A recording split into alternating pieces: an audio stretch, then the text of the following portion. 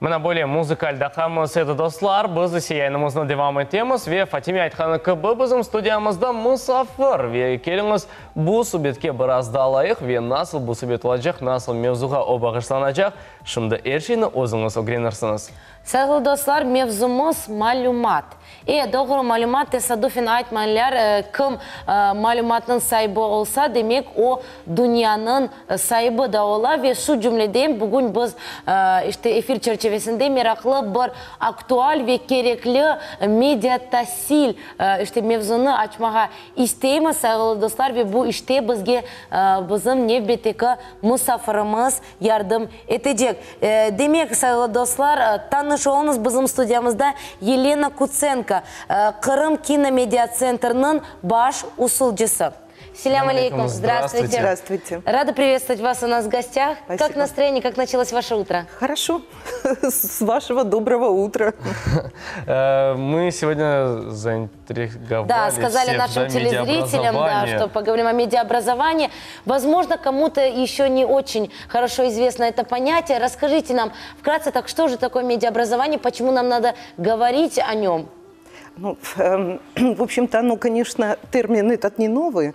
С 50-х годов он уже используется в образовании. Но у нас в Крыму с 2011 года мы стали говорить о нем более настойчиво, потому что именно с этого года мы в то время еще в Украине вошли в эксперимент по развитию, внедрению медиаобразования в учебный воспитательный процесс школ. И вот тогда мы начали этим заниматься уже вот системно и очень серьезно. В чем суть медиаобразования? Это умение понимать любой медиатекст. А медиатекст – это любое средство коммуникации, да, и художественное, и внехудожественное. Знать, как оно создается, какими языками оперирует, какими технологиями.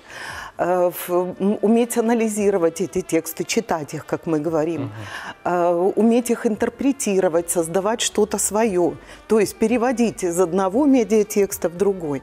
Это на самом деле очень интересный творческий процесс и очень развивающий. Вот мы сегодня этим и занимаемся, и продолжаем этим заниматься. А вы сказали с 2011-го, да. Но непосредственно вы как давно этим занимаетесь? А я-то занимаюсь этим с начала 90-х. Да, уже просто так получилось, что до этого я в основном занималась кинообразованием и немножечко журналистикой, потому что когда я работала в школе заучем по внеклассной работе, у нас была школьная газета, мы ее создавали по всем канонам. И у нас были клубы, кинокружки и факультативы по изучению основ киноискусства. А уже с 93-го года, когда я поступила учиться на факультет киноведения со специализацией кинопедагогика в Карпенко-Карова институт театральный. Вот там я узнала, что есть в Европе вот такое направление, что это очень интересно. Я списалась с коллегами в Австрии, в Германии, в Британии и получила от них очень много интересных материалов. И вот с этого времени я и занимаюсь этим очень плотно и серьезно.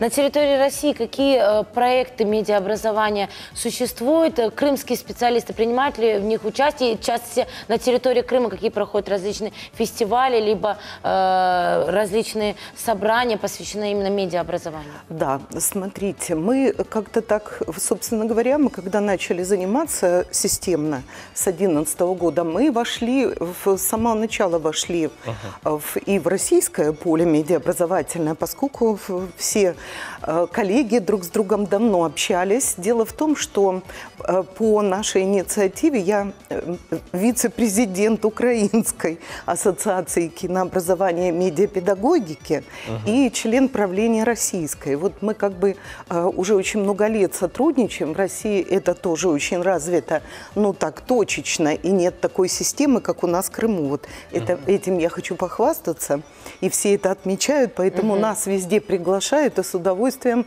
на всех семинарах, конференциях нам дают слово крымчанам. На самом деле это так. И у нас работает при нашем киномедиа-центре постоянно действующий семинар для крымских педагогов.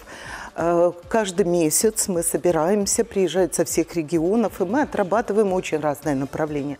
И телевидение, и кинематограф, и радио, и интернет, и развитие критического мышления, и киноклубная работа. То есть вот все направления, которые только можно вовлечь. И педагоги с удовольствием участвуют в этом процессе. На сегодняшний день, вот мы только недавно закончили конкурс социального кино и телевидения для крымчан, и для детей, и для студентов. И очень интересные работы пришли. Кроме того, значит, вот сейчас, в данный момент идет, еще целый апрель будет продолжаться, международный конкурс, который вот мы инициировали в 2014 году. Международный конкурс эссе и рецензий на заданный фильм «По ту сторону экрана». И в этом процессе у нас участвуют Украина, Россия, ну, Крым, конечно, отдельной строкой, потому что мы организаторы, инициаторы, Белоруссия и Армения. И очень хотим, чтобы еще подтянулись и другие регионы огромного мира. Вот. Так что много чего есть. Ага. А вы сказали, вы столько направлений перечислили, честно говоря, это так интересно, но хватает ли специалистов? Нет. Специалистов очень мало. Поэтому, когда в 2011 году зашел разговор о том, что Крым войдет в этот эксперимент, а настоял на этом именно наш киномедиацентр, поскольку во всех регионах этим занимаются институты постдипломного образования, ну, у нас специалиста не нашлось, кто бы это направление взял на себя. А поскольку я этим занималась давно, и у меня были наработки, то, естественно, мы не отказались, и Крым вошел. И поэтому с первого же года мы не стали в школах заниматься сразу вот, факультативно или там еще какими-то формами, а мы начали с того, что целый год мы готовили педагогов. Вот сейчас я могу сказать, что порядка 200 педагогов прошли через мои курсы, ну, может и больше, но как бы те, которые работают уже сегодня в школах. Кроме того, в прошлом году мы вот долго этого добивались, но добились, что в Институте постдипломного образования педагогического работает такой семинар «Курсовая переподготовка для педагогов. Медиаобразовательные технологии». Пусть это пока вот совсем небольшой, на трехдневный такой, на 18 часов, но за это время мы хотя бы рассказываем учителям крымским, что есть такое направление, что этим можно заниматься, что у нас уже созданы учебные программы, что у нас уже интересно работают коллеги в разных школах по всему Крыму. И вот таким образом мы работаем. Но этого мало. Этого мало. Что касается медиаобразования школьников, мы знаем, что, как и вы сами сказали, что некоторые педагоги работают при школах, различные факультативы. Расскажите, пожалуйста, об этом поподробнее, где уже внедрены такие системы? Смотрите, значит, формы, которые на сегодняшний день сформировались, у нас порядка 35 учебных заведений по всему Крыму. Немало. Немало, да. В той или иной форме работают в этом направлении. С самого начала мы показали, вот, что такое медиаобразование и какие направления могут быть. К сегодняшнему дню мы уже все пришли к выводу, что медиаобразование – это вот метапредмет, он идет красной линией через весь школьный процесс. И каждая школа, которая вошла в этот процесс медиаобразовательный, они создали свою модель. У кого-то это больше идет в журналистику. Это печать школьная, это блогерство сегодня тоже, то, что очень важно. Интернет-сайты. Ну и, конечно, это видео, которое снимают школьники. Где-то у нас есть анимационные кружки, создают анимацию дети. Где-то это больше факультативное, как, например, в Бахчисарайской 5-й много лет наша коллега работает, она разработала свою авторскую программу «Искусство, литература и кино» и преподает ребятам вот такой интересный. В Бахчисарайской гимназии, например, там вообще пошли дальше, там упор пошел на кино, им очень понравилось. Начали со школьного кино и телевидения, а теперь у них свой «Оскар». Они каждый год проводят кинофестиваль школьный, который сегодня уже не только на районный уровень, на республиканский выходит. И даже приглашаем. Они вошли в союз гимназический, российский. Мы уже теперь в этом году приглашаем гимназистов со всей России, чтобы приехали к нам в Бахчисарай, поучились. То есть вот такие очень разные направления. А педагоги – это обычные школьные учителя. И еще есть интегрированный курс, когда педагог-предметник берет медиатехнологии и использует их в своем предмете, вот на своих уроках. И это не только то, что там включили, показали фрагменты с фильма или телевизионной передачи, или газетную статью. Здесь идет использование технологий, когда дети сами создают новый материал на уроке через какие-то медиатехнологии, презентации, различные мини-фильмы, анимации, которые дети используют для того, чтобы озвучить, например, какие-то правила русского языка. Вот они создают мультфильмы, с помощью которых малышне легче познать алфавит или выучить какое-то грамматическое правило. Ну, вот так. Так, вот в связи с этим есть вопрос. Достаточно ли литературы по медиаобразованию? Есть ли она? Есть. Литературы есть. Литература есть, ее много на самом деле. И это огромное спасибо президенту российской, уже теперь он экс-президент, профессор, проректор Таганрогского педагогического университета имени Чехова Александр Викторович Федоров, который много-много лет этим занимается, очень серьезно. Создано много учебных пособий. Он получил в свое время грант и создал портал целый медиаобразовательный. Он существует, все наши педагоги там, из всех стран, где русские понимают, могут зайти, там в свободном пользовании библиотека. И там огромный материал выложен, интересный. Ну, кроме того, мы сами тоже создаем и статьи, какие-то методические пособия разрабатываем для наших, вот уже по нашим школам, да, то, что вот им интересно.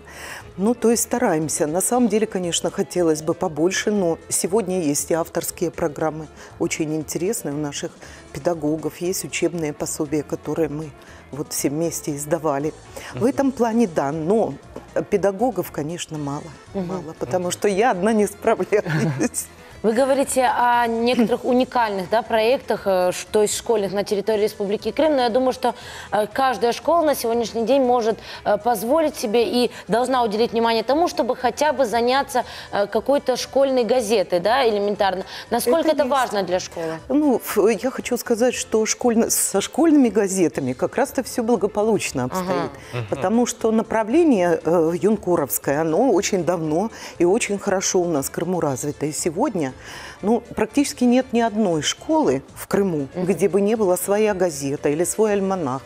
Но учитывая, что сегодня век продвинутых технологий в мультимедийных, интернет, то сегодня еще и активно стало развиваться блогерство. То есть ребята, старшеклассники, стали выпускать свои собственные блоги или электронные газеты. И это тоже очень здорово и интересно на самом деле. Ну, плавно от младшего возраста переходим к старшему. Студенты интересуются этой темой вообще? Научные познания какие-то ну, делают, вот, КФУ, конечно, время от времени к нам добегают студенты, которым это интересно. Насколько я знаю, мои коллеги, преподаватели КФУ, факультета журналистики, они тоже стараются активно ребят к этому подводить. Есть еще в Крымско-Татарском университете, там тоже есть педагог, который занимается со студентами, показывая им возможности медиатехнологий. Но это скорее на начальном обучении, мне кажется, там есть вот на этом отделении. Так что, ну, пока мало, но мы надеемся все равно, что это будет. Но студенты научные труды пишут по этой теме? Пишут статьи. Пишут дипломные работы, да, пример у нас есть живой. Пишут курсовые работы. Ну, поскольку это как бы у нас еще не очень так широко известно, то все равно стараемся. Так все-таки что нужно сделать в Крыму, чтобы это медиаобразование вышло на достаточно высокий уровень? Чтобы каждый человек был медиаобразован. Ой, ну это вы понимаете, дело в том, что в медиаобразовании очень много направлений. И профессиональное. Конечно. Вот вы профессиональные медиа. Да, потому что вы закончили, имеете специальное образование. Я отчасти тоже профессионально, и медиапедагог, и кинопедагог. Вот. Но здесь нужно что? Здесь здесь нужно разрабатывать стандарт высшего и среднего медиаобразования, потому что это то самое, что, чем должны вот этими технологиями все должны владеть люди. От велика до мала, да? Да. То есть вот малышей мы готовим, среднее звено готовим, студенты уже в курсе. Теперь осталось всех педагогов обучить. Мы это стремимся сделать. Ну и остальных людей, обычных граждан. Это очень важно, потому что медиаграмотность здесь в данном случае больше информационная грамотность. То есть умение фильтровать. Да, дает ставить фильтры. Вот есть у медиаобразования инъекционная функция, то есть защитная, прививочная. Вот мы начинаем с детей, мы развиваем критическое мышление для того, чтобы они дальше, они идут в семью, и они уже родителям говорят, как нужно грамотно понимать любой текст, да, на телевидении, на радио, в газете, в интернете и так далее. Как смотреть, не утка ли это, или сейчас новое модное слово фейк английское, вот, и правильно воспринимать эту информацию, отсекать то, что не надо, а брать то, что нужно для жизни. И вот этому мы будем стремиться, конечно. Вот сейчас мы готовим в Общественной палате слушания по медиаобразованию. Мои коллеги московские там на месте. Но вот вчера мне сообщили, что дело сдвинулось, и, скорее всего, что в апреле эти слушания пройдут. И тогда мы ждем следующих. В Общественной палате России? Да. Ну, наши соседи в Украине, они немножечко дальше пошли, потому что там все-таки они это не сравнить территории, и там этот процесс уже был запущен настолько хорошо, что охватывал практически всю Украину. Сегодня у них утверждены программы, лицензированные Министерством образования, они активно это вводят в учебный процесс. Но опять же, если мы начинали вот действуя так широко, видите, я рассказала, сколько направлений, то сегодня в Украине больше это все-таки в журналистику ушло. То есть, ну вот, именно какие-то, больше журналистика, телевидение в меньшей степени даже, а больше печатные СМИ. Ну, у каждого своя специфика. Вот, понимаете, каждая страна для себя выбирает то, что интересно. А Крым выбирает все. Крым разносторонний, Крым Это прекрасен. да, и творческий. И Творческий, конечно. Спасибо вам большое за эту беседу, за то, что раскрыли, донесли, рассказали. Мы чуть-чуть подпитались, да, медиаобразованнее стали. Что бы вы хотели пожелать нашим телезрителям? Ой, радости, добра, света, тепла, чтобы наконец уже пришла эта весна, нам всем было хорошо, и чтобы мы все любили свой Крым и делали все, чтобы он был самым лучшим уголочком на этом земном шаре. Он и так самый лучший, но чтобы был еще краше. Конечно. Спасибо большое за такие замечательные слова. Желаем вам успехов и ждем вас в нашей студии снова. Спасибо огромное. Урметлі достар, бізім яйнымыз есе девам ете Венев бетек қысым енді тақдим олмаға азыр.